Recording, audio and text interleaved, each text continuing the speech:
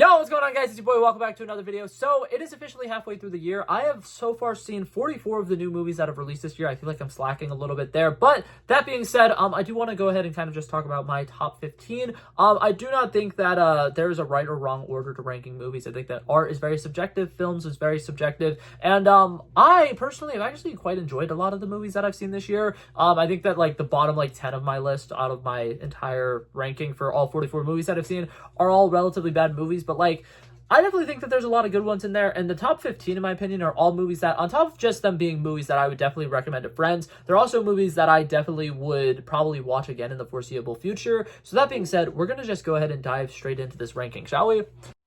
Coming in number 15, we have a movie that's going to be a future cult classic. We have the movie Lisa Frankenstein. I think that this movie is incredibly entertaining. I think that overall, as far as rom-coms go, it's really good. I really like a lot of the stuff that they did with Cole Sprouse. I think that the 80s little set period that they put this in is very interesting. And I think that Catherine Newton is just such a joy to watch in this movie. She's so fun. She's so eccentric. She's doing a lot of fun little dancing and stuff. There's moments where they're playing the piano and stuff. And it does a really good job of also having just a lot of really great visuals that kind of play homage to old 50s monsters movies and stuff like that. Overall, I had a really great time with this movie. I really enjoyed it. I think that this is a staple film that I'm going to be watching every October because I really, really enjoyed it. And I think that one of the only faults of this movie is the fact that it randomly came out in February instead of closer to Halloween.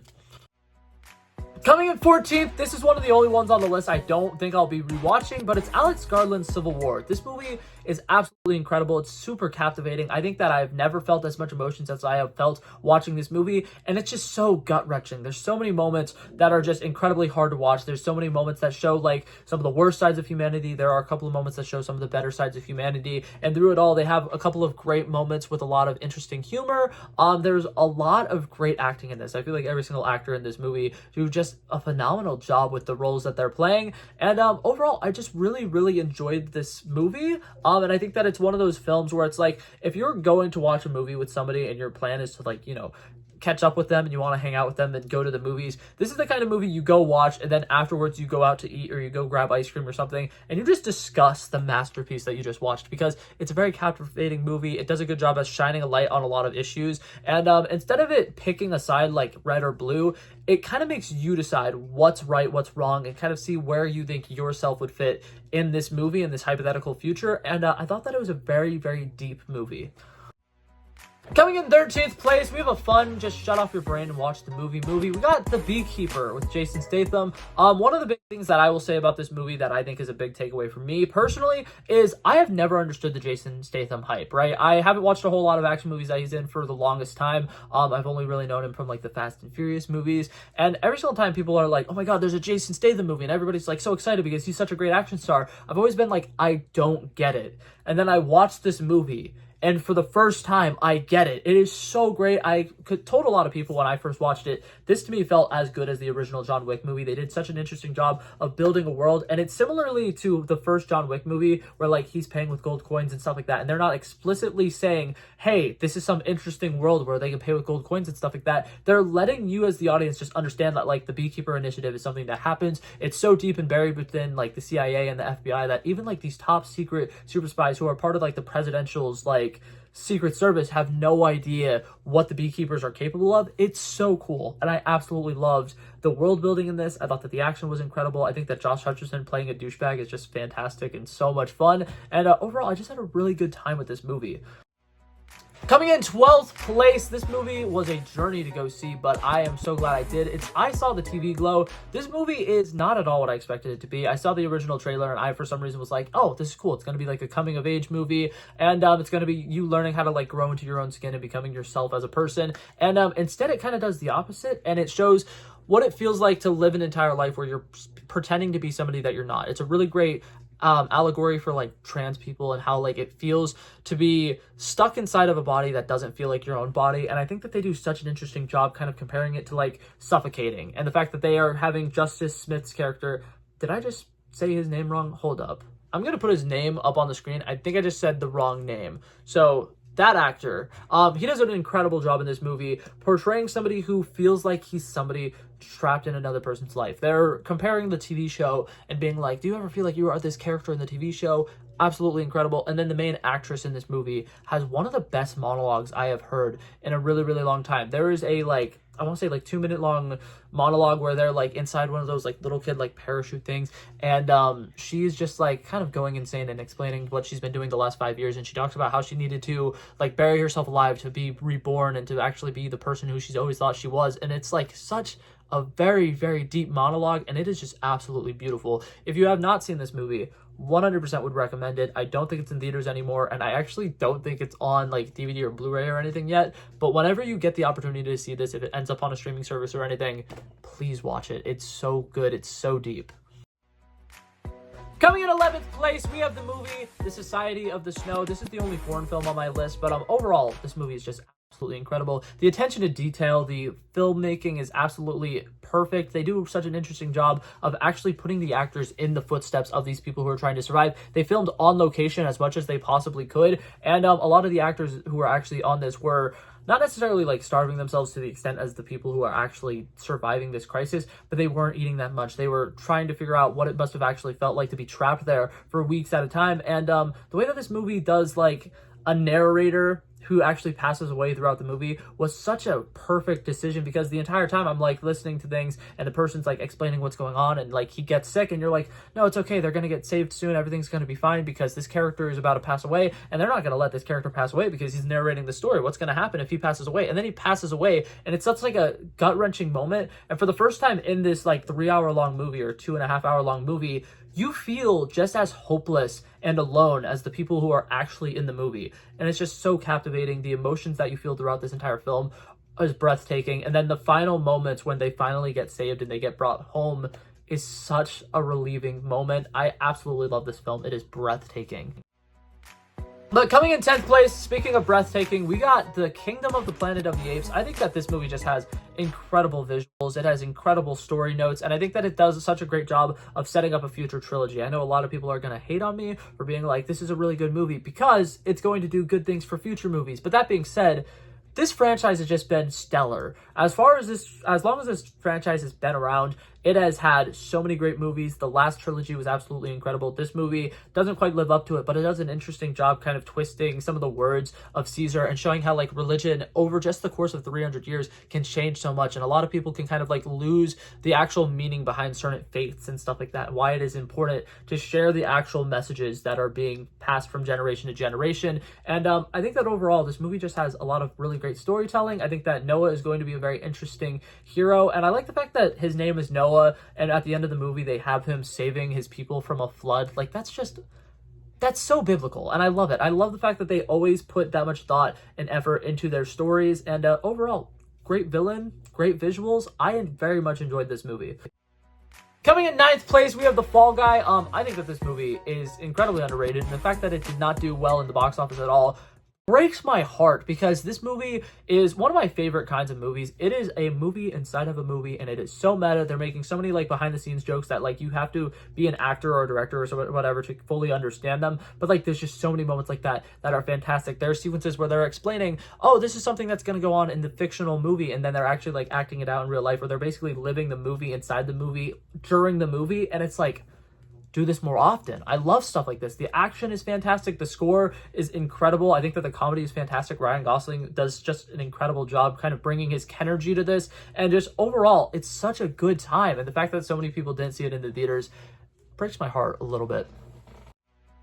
But coming in 8th place, in my opinion, this is the funniest movie that has came out this year, and I don't know what that says about me. We have the movie Abigail. This is a slasher horror film about a group of, I don't even know what they are. They're just like a group of criminals who do like hit jobs, I guess. And they kidnap a child, and they have to protect the child or whatever and hold on to the child for 24 hours so that they can get a large sum of money or whatever. And it's just such an interesting movie. The beginning of this movie feels kind of similar to like some of those like low budget reality TV shows where they get a bunch of like not very famous celebrities and they put them in a house together and they just start having like these super socially awkward interactions. Angus Cloud, this is his final performance, and like his character in this is absolutely hilarious. Once again, Catherine Newton is in it. I absolutely love Catherine Newton. She can do like no wrong in my eyes.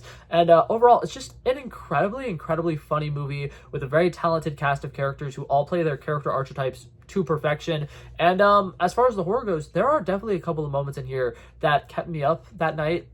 One specific scene is Catherine Newton's character eventually stumbles upon a pool full of dead bodies and falls into it, and she has to like crawl across it.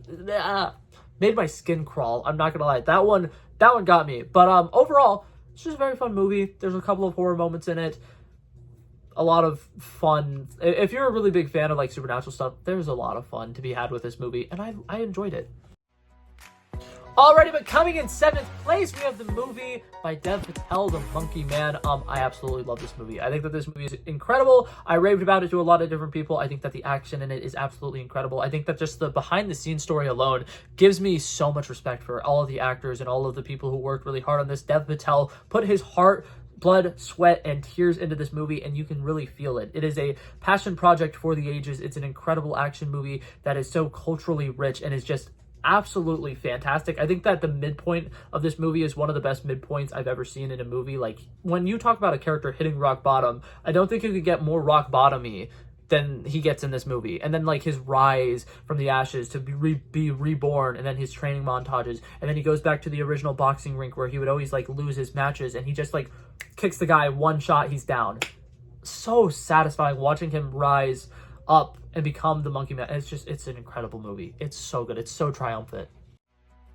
Coming in 6th place, Pixar is my bread and butter, so I got Inside Out 2 here. I think that it's an incredible movie. I have the hot take that I think it's better than the first one. I know a lot of people disagree with me, but I feel like the way that they kind of switch into like she's going into being a teenager. There's a lot of like things going on with puberty, and there's a lot of stuff with like your emotions changing and how you're having an overabundance of emotions, and you're having to figure out how to balance these emotions. You need to figure out how to be yourself and like not necessarily let your emotions control you. I think that's a really big thing about this movie is during this movie, Riley finally gets to really become her own character. I think that the first movie, since she's really young, she's being completely controlled by the emotions. Joy needs to be at the control panel at all times. But here, they set up her belief system, and now she gets to be herself freely. And I think that that's fantastic. I think that that's beautiful. The sequence where they are depicting a panic attack, oh my god, that hit close to home, but it was beautiful. And I think that it's great. And it's just fantastic storytelling from one of the best film studios still making movies today.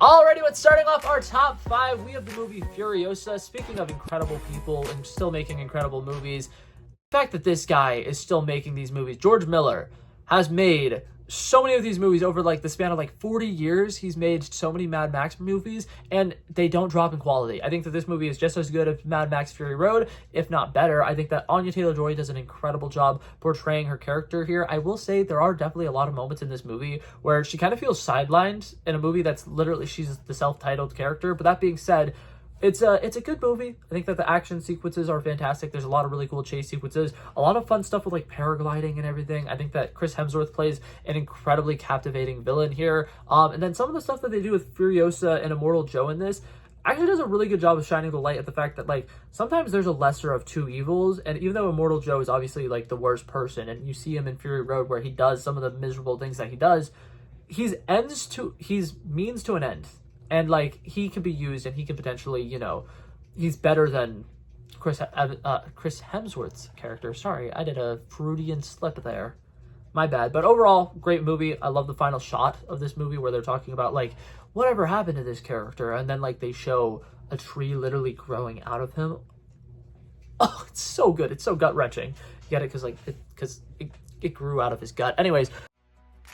Coming in 4th place, we have a Netflix original. Yeah, I know, that's crazy. Netflix original, top 4. But the movie Hitman, starring Glenn Powell. I absolutely love Glenn Powell, and I think that if he is ever in a movie that has a romantic subplot, or that is like the plot of the movie, I'm gonna watch it. I'm gonna love it. Dude, his chemistry with literally everybody is insane. There are a couple of actors and actresses who just absolutely naturally have incredible chemistry with everybody. Glenn Powell, one of them. Zendaya, one of them. And I just think it's so interesting to me how, like, he has this incredible chemistry with this person. They have an incredible love story. And then eventually things, like, kind of go off the rails, but he stays calm and cool and collected. And the fact that he's, like, Gary Johnson. He's just, like, a regular teacher. He likes psychology and stuff like that. And then he makes this alter ego. And then he slowly, over the course of the movie, fuses the two alter egos into his new self. It's so interesting. And I love that. And then overall, just an incredible love story. And the final sequence of this movie, well, like, before, like, the epilogue or whatever, so good, so deep, so dark. Richard Linklater, absolutely love it.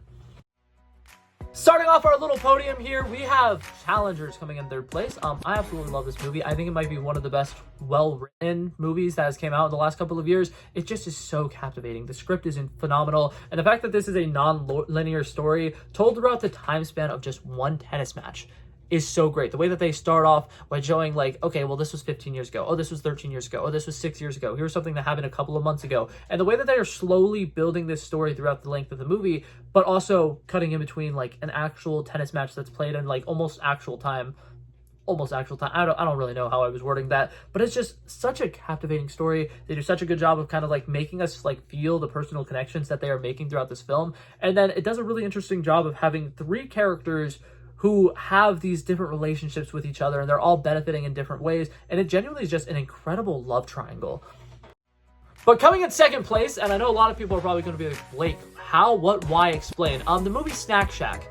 I am absolutely a sucker for coming-of-age stories. In my opinion, this movie is very reminiscent of movies like The Perks of Being a Wallflower, and I think that overall this movie is listed as a comedy, and I went to go watch it by myself in a very tiny theater, and like there's a lot of fun to be had with it. It is a very funny movie. There's a lot of interesting like love story stuff, and it's just like a bunch of guys being dudes, but also if you are a teenage boy or were a teenage boy at some point in your life, you can probably really connect to one of these 2 main characters. And I think that that is part of the beauty in it, is you can see yourself in this movie, and I really see myself in this movie. And there's a lot of really great emotional notes that it hits. There's a lot of moments where like 2 teenage boys fight over a girl, and they let it ruin their friendship that they've had their entire lives. And then like there's moments where they have to like reconnect with each other, and there's just so much fun butting heads and fun comedy, and it just feels like such a perfect summer movie. And overall, I just absolutely love this film, and I feel like nobody's seen it, nobody's talking about it, and I'm really upset with Paramount for not even trying to advertise this movie,